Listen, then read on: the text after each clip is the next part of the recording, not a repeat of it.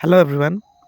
One thought comes to my mind in this morning and I want to share with you because I always share with you my feelings, my experiences, and this is not new.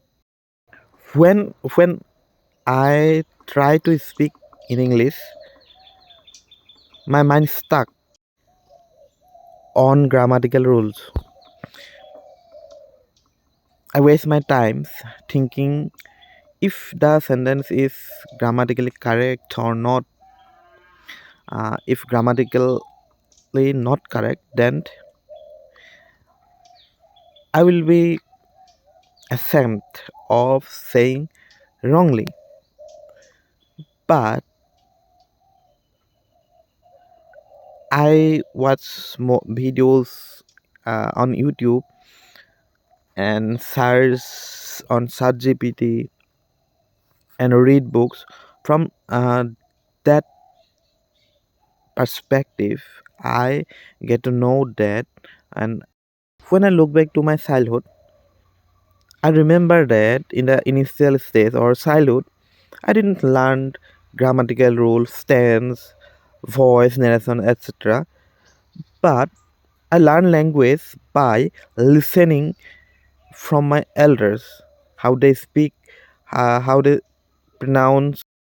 After this stage, it is true that I learned grammatical rules in my school days, but I had already acquired the skill that required for fluency.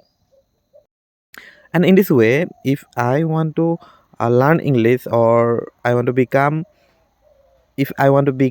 fluent in English language, then I don't have to so possessive about grammatical rules, structure, pronunciation, etc. If I become possessive about that things, then my confidence will become low. My fluency of spoken English will stuck. I will not able to speak fluently. So what should I have to do? Uh, in the initial stage, like my childhood, I have to listen, I have to watch native speakers' way of speaking, their expression, their thoughts.